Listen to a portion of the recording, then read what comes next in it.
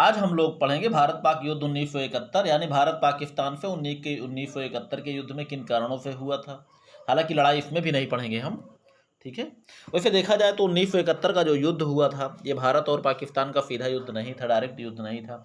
ये एक प्रकार से जो है भारत पाकिस्तान युद्ध जरूर था, लेकिन ये डायरेक्ट जो है ना तो भारत से पाकिस्तान की लड़ाई नहीं थी, पाकिस्तान की सीधे भारत से लड़ाई नहीं थी।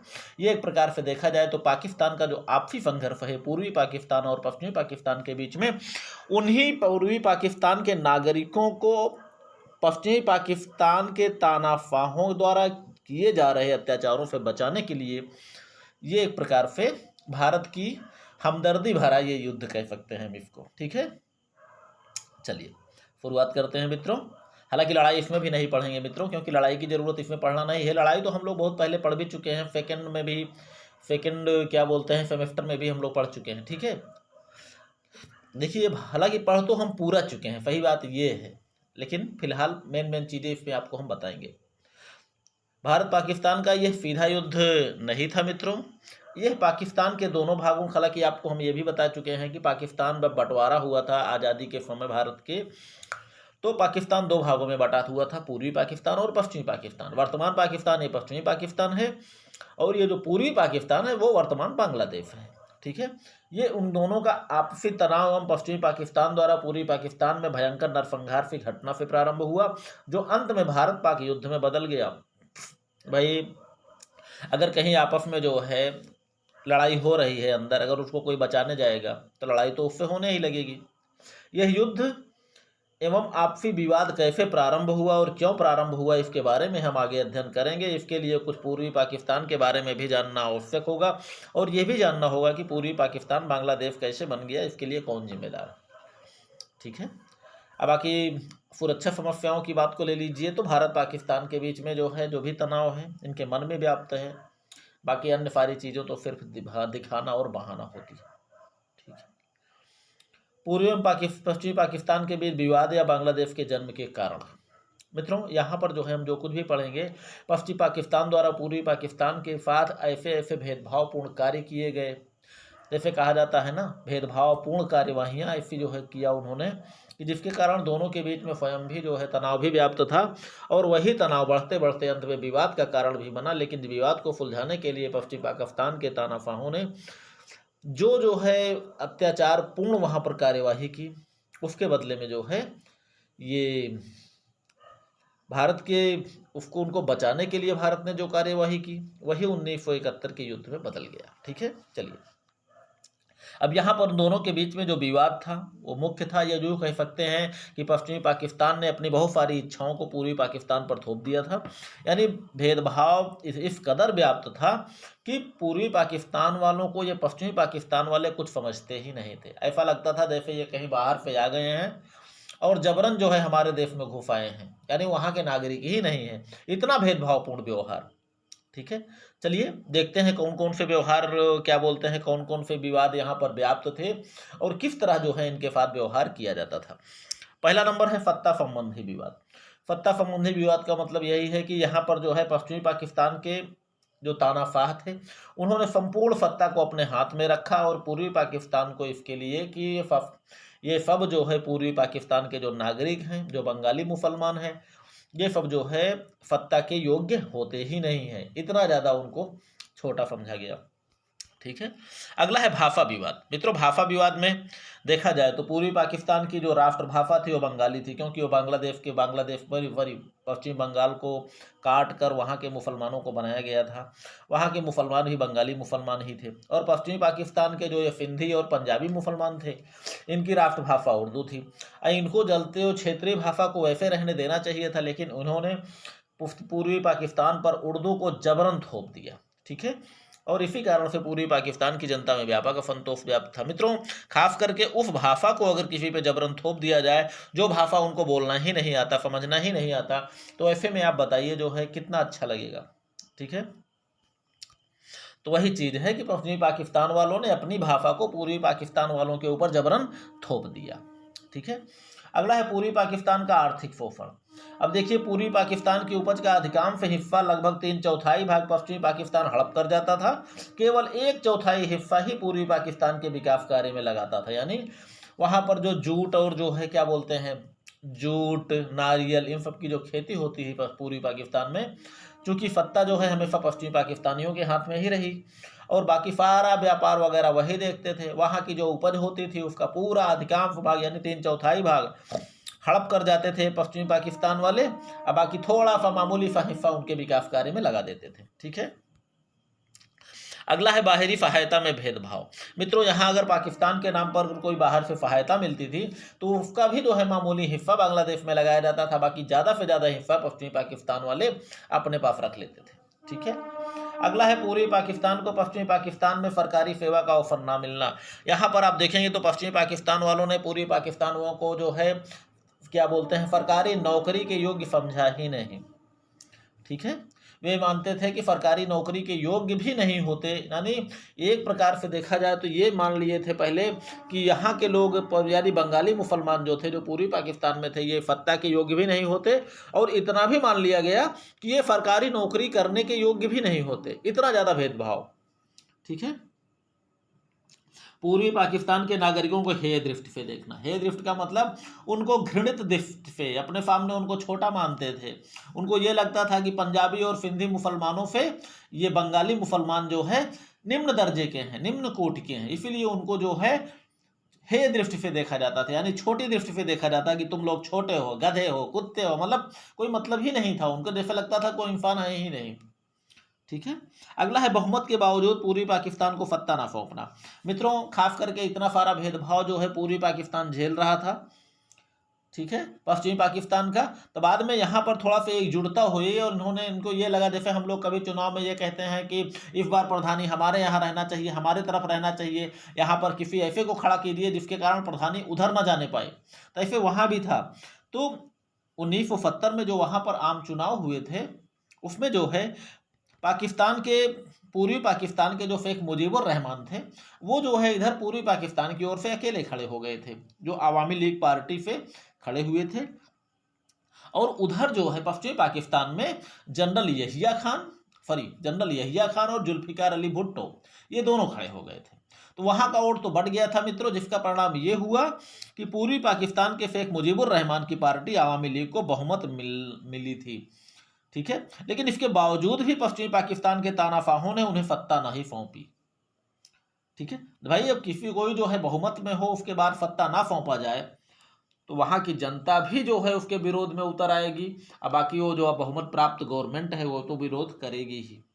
ठीक है, यही कारण था कि पूर्वी पाकिस्तान की जनता ने जो है वहाँ पर विद्रोह कर दिया। अब ये भी देख लीजिए, विद्रोह है तो समझौता होना चाहिए, लेकिन इसके बदले में जो है पश्चिमी पाकिस्तान के मूर्ख तानाशाहों ने शेख मुजीबुर रहमान को बंदी बना लिया और विद्रोह को दबाने के लिए सेना का प्रयोग करने लगे। वहां पर जनरल नियाजी को जो है भेजा गया, कहा गया कि जितने को हो सके आप कटवा दो सबको, लेकिन सत्ता पे काबू करो, यानी बिल्कुल आतंकित कर दो, मार काट जितना भी मचा सको सबको काट दो। सबको तो खैर नहीं काटेंगे, सबको काटेंगे तो रहेगा कौन वहां पे, लेकिन ये था कि इतना आतंकित कर दो कि वे दोबारा जो है विद्रोह करने की हिम्मत नहीं, यानी जबरन सत्ता, यानी प्रजातंत्र का इतना बुरी तरह से संहार किया गया। ठीक है, और भारत में बढ़ती शरणार्थियों की संख्या। मित्रों, संपूर्ण विश्व ने इसमें कुछ नहीं किया, और जिसका परिणाम यह हुआ कि उधर तरफ जो है जब पश्चिमी पाकिस्तान, पूर्वी पाकिस्तान, पश्चिमी पाकिस्तान के तानाशाहों ने पूर्वी पाकिस्तान में अत्याचार शुरू हुआ, तो आप लोग बांग्लादेश को आप लोगों ने मैप में देखा होगा कि वो भारत से 3 तरफ से भारत से घिरा हुआ है। ठीक है, अब एक तरफ जो है मौत का तांडव हो रहा है, तो दूसरी तरफ ये भयभीत होकर जो है पश्चिमी पाकिस्तान के नागरिक हमारे भारतीय क्षेत्रों में घुसने लगे। भाई अब यही हो सकता था, या तो भारत वाले उनको जो है घुसने से पहले वहीं गोली मार दें, ये तो बेचारे वैसे भी अपने देश से डरे हुए हैं, और यहाँ पर अगर घुसने से रोका जाए तो बेचारे कहाँ जाएंगे। तो बहुत से शरणार्थी जो है भारत के क्षेत्रों में घुसे हुए हैं, पहले भी घुसे थे, उसी समय ज़्यादा घुसे थे, और आज तक अभी बाहर नहीं निकाला भी नहीं जा सका उन्हें। ठीक है, और इतनी ज़्यादा संख्या हो गई भारत में शरणार्थियों की कि जिसका भार जो है भारत पर बढ़ने लगा। अब यही तरीका था, या तो भारत शरणार्थियों के मार्ग को रोके, या तो शरणार्थी आए तो उन पर भी गोलियां चलाकर उनको भी खत्म कर दें, यही तरीका। लेकिन फिलहाल मानवता ये नहीं कहती। हम लोग तो जो है शरणार्थियों को भी शरण देने वाले हैं, दुश्मनों को भी शरण देने वाले हैं, है ना।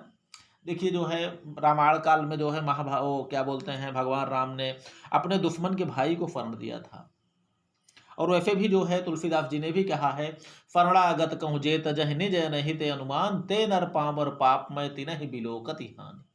यानी जो शरणागत को त्याग देता है उसको जो है इतना पापी व्यक्ति हो सकता है कि उसको देखने से भी अपना नुकसान, उसका मुंह नहीं दे, मुंह देखना भी पाप माना जाता है। ठीक है, ये हमारा गोस्वामी तुलसीदास जी ने लिखा है सुंदरकांड में।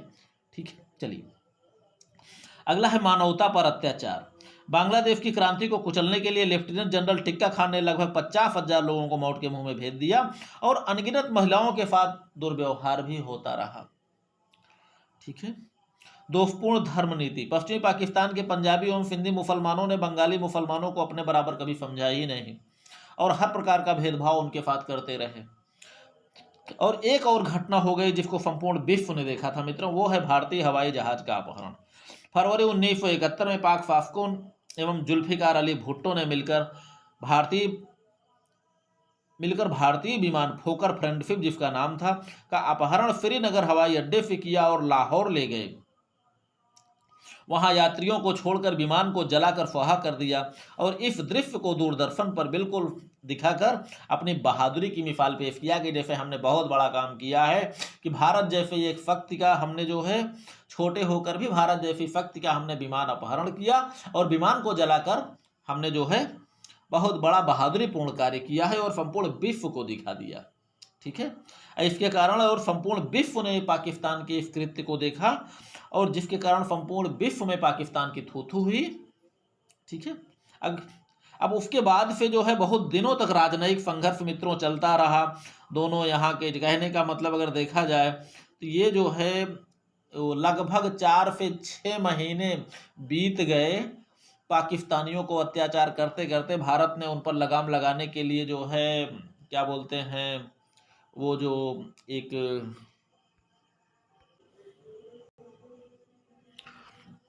वहाँ पर मुक्ति वाहिनी के द्वारा हमारे जयप्रकाश नारायण ने जो भी कार्यवाही की, काफ़ी दिनों से जो है उसको रोके रखा था, नहीं तो बांग्ला और बहुत सारे बांग्लादेशियों की हत्याएं हो जाती। अब देखिए जिस समय से हत्याएं हो रही थी उस समय देखा जाए तो संपूर्ण विश्व में जो राजनयिक संघर्ष चल रहे थे भाई, वहाँ पर इतना बांग्ला पूर्वी पाकिस्तान पर इतना ज़्यादा अत्याचार हो रहा है। इसके लिए ये देखा जाए कि संपूर्ण विश्व जनमत क्या करता है, संयुक्त राष्ट्र संघ क्या करता है, तो इसके लिए हम लोग राजनयिक संघर्ष के बारे में पढ़ेंगे।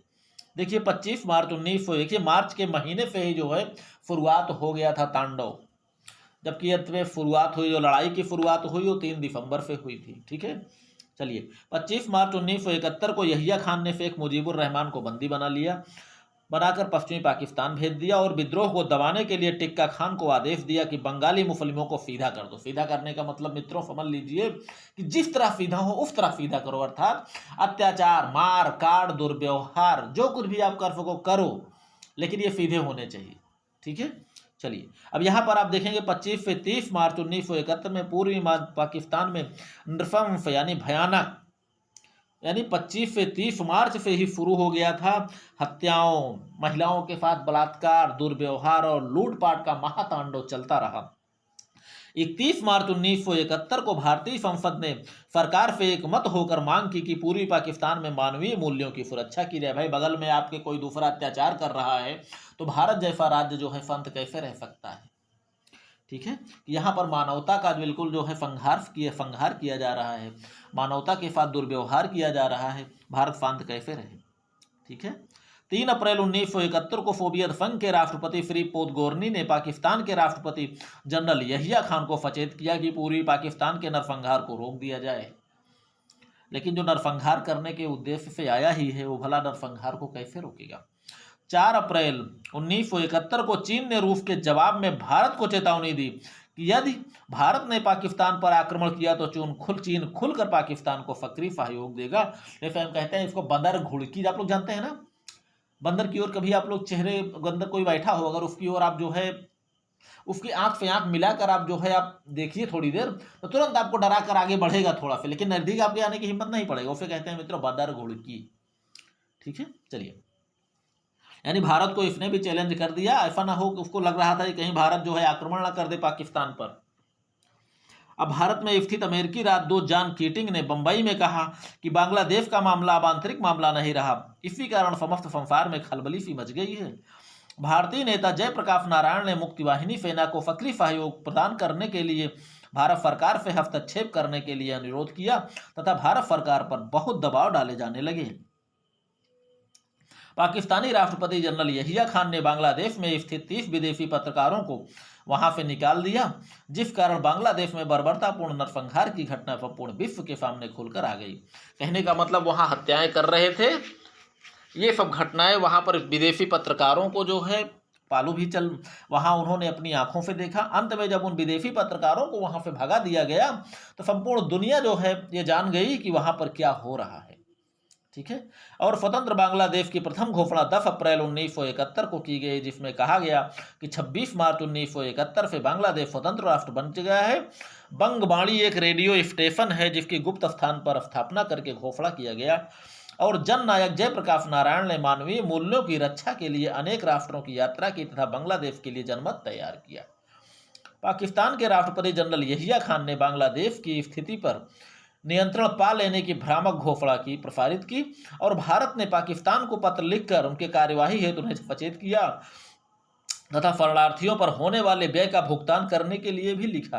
भाई भारत में शरणार्थी घुस रहे थे तो शरणार्थियों को खिला पिला कौन रहा था? भारत। बोला कि इसको भी आपको अदा करना है जो हमारे यहाँ ये घुसे हुए हैं। हालांकि अदा क्या करेगा वो? 24 मार्च 1971 के भारत की प्रधानमंत्री श्रीमती इंदिरा गांधी ने संसद में कहा कि हम लोग जानते हैं कि बांग्लादेश की समस्या का कोई सैनिक समाधान नहीं हो सकता। जो लोग शक्ति रखते हैं उन्हें राजनीतिक हल सामने लाना चाहिए। भारत की धरती पर आए ये शरणार्थी जहाँ पर अस्थायी रूप से हैं उन्हें अपने घरों को वापस जाना होगा और यह तभी संभव होगा जब इस्लामाबाद शेख मुजीब और उनकी पार्टी को निर्वाचित सदस्यों को सत्ता सौंप दे। ठीक है। जून 1971 में पाकिस्तान के राष्ट्रपति जनरल यहिया खान ने भारत को धमकी दी। बताइए फला रोआ भर का देश छोटा सा भारत को धमकी दे रहा है कि भारत इस मामले से दूर ही रहे, किसी भी प्रकार का हस्तक्षेप करने का प्रयास ना करे। जुलाई 1971 तक भारत में निरंतर शरणार्थियों की संख्या बढ़ती रही, जो कि भारत के लिए विशेष चिंता का विषय बन गया था। पाकिस्तान ने हालात से निपटने के लिए अमेरिका एवं चीन के साथ गुप्त समझौते करके पाक, चीन एवं अमेरिकी गठजोड़ के तहत एक नई रणनीति तैयार की और 9 अगस्त 1971 को भारत की प्रधानमंत्री श्रीमती इंदिरा गांधी ने लाल किले से बोलते हुए कहा कि अब हम युद्ध नहीं चाहते, हम धमकियां भी नहीं देते, लेकिन भारत हर संकट का सामना करने के लिए तैयार है। सितंबर 1971 में पाकिस्तान के राष्ट्रपति जनरल यहिया खान ने भारत पाक सीमा पर सैनिक गतिविधियां प्रारंभ कर दी। अब भारतीय प्रधानमंत्री श्रीमती इंदिरा गांधी ने इसका विरोध किया और इस संबंध में रूस एवं पश्चिमी देशों की यात्राएं भी की। 2 दिसंबर को श्रीमती गांधी ने घोषणा की कि अब भारत जो है बदल चुका है और अब वो गुलामों का देश नहीं है। आज हम वही करेंगे जो हमारे राष्ट्रीय हित के लिए सर्वोत्तम होगा और वह नहीं करेंगे जो ये बड़े राष्ट्र चाहते हैं कि हम करें। 3 दिसंबर 1971 को पाकिस्तान ने भारत पर आक्रमण कर दिया। अब यहाँ पर देखिए भारत का सौभाग्य अच्छा था कि भारत को पहले आक्रमण नहीं करना पड़ा और पाकिस्तान ने ही 3 दिसंबर को पहले भारत पर आक्रमण कर दिया। और जब पाकिस्तान ने आक्रमण कर दिया तो बाकी जवाबी कार्यवाही के लिए तो हमारी सेना तैयार ही थी। ठीक है, और उसी के बाद युद्ध प्रारंभ हो गया और 6 दिसंबर 1971 को भारत ने बांग्लादेश को मान्यता भी प्रदान कर दी। ठीक है मित्रों, उसके बाद हम लोग अब युद्ध नहीं पढ़ेंगे, बाकी आगे हम लोग पढ़ेंगे जो है इसमें देखते हैं। मित्रों, इस युद्ध में जो है मुक्ति वाहिनी की भूमिका बहुत ही महत्वपूर्ण है। वैसे भी आप लोगों को हमने बताया भी था कि मार्च के महीने से ही बांग्लादेश में नरसंहार शुरू हो गया था। अगर लगातार जैसे मार्च, अप्रैल, मई, जून, जुलाई, अगस्त, सितंबर, अक्टूबर, नवंबर, दिसंबर, लगभग जो है 10 महीने बाद तो युद्ध प्रारंभ हुआ और इस 10 महीने में अगर जो है क्या बोलते हैं उन पाक सैनिकों पर अगर जो है लगाम नहीं कसा जाता तो संभवतः उस बीच में आधे से ज़्यादा बांग्लादेश को समाप्त कर दिए होते। आधे क्या, हमें लगता है पूरा बांग्लादेश भी समाप्त कर सकते थे। और उस परिस्थिति में मुक्तिवाहिनी ने बहुत अच्छी भूमिका निभाई थी उनसे लड़ने के लिए, क्योंकि इनको भारत का पूरा सपोर्ट मिल रहा था उस समय। 1971 में पूरी पाकिस्तान की आज़ादी में कार्यरत सभी संगठनों का जो सामूहिक नाम है वो फिर मुक्तिवाहिनी कहते हैं। मित्रों, ये भी आपसे प्रश्न में पूछा जा सकता है। 1971 के भारत पाक संघर्ष के दौरान पाकिस्तान के अत्याचारों के विरुद्ध गठित गुरिल्ला सेना मुक्तिवाहिनी के नाम से जानी जाती है। 25 मार्च 1971 से ही पूर्वी पाकिस्तान में पश्चिमी पाकिस्तान द्वारा नरसंहार प्रारंभ हो गया था और अप्रैल 1971 में मुक्तिवाहिनी का गठन किया गया। मुक्तिवाहिनी में पाकिस्तान सेना के भर्ती हुए पूर्वी पाकिस्तान के निवासी थे जो अपने देश में हो रहे अत्याचार को बर्दाश्त नहीं कर पाए और अपना अलग संगठन बनाकर विरोध करने लगे। इसे भारत द्वारा सहयोग, समर्थन एवं प्रशिक्षण दिया गया। ठीक है, मार्च से दिसंबर माह तक मुक्तिवाहिनी पाक अत्याचारों का विरोध करती रही। बाद में भारतीय सेना को सक्रिय सहयोग दिया। मुक्तिवाहिनी में बांग्लादेश की महिलाओं ने बढ़ चढ़ कर हिस्सा लिया था मित्रों, क्योंकि महिलाओं के ऊपर अत्याचार कुछ ज़्यादा ही हो रहा था। आपसे ये भी पूछा जा सकता है विमान वाहक पोत इंटरप्राइज क्या था। फिलहाल मित्रों ये वीडियो लंबा हो जा रहा है, इसके बारे में हम लोग अगले वीडियो में पढ़ेंगे, अगले क्लास में पढ़ेंगे, नहीं तो फिर जो है ये भारी पड़ेगा आप लोगों को पढ़ने के लिए। तब तक आप लोग पढ़िए लिखिए, मस्त रहिए, खुश रहिए।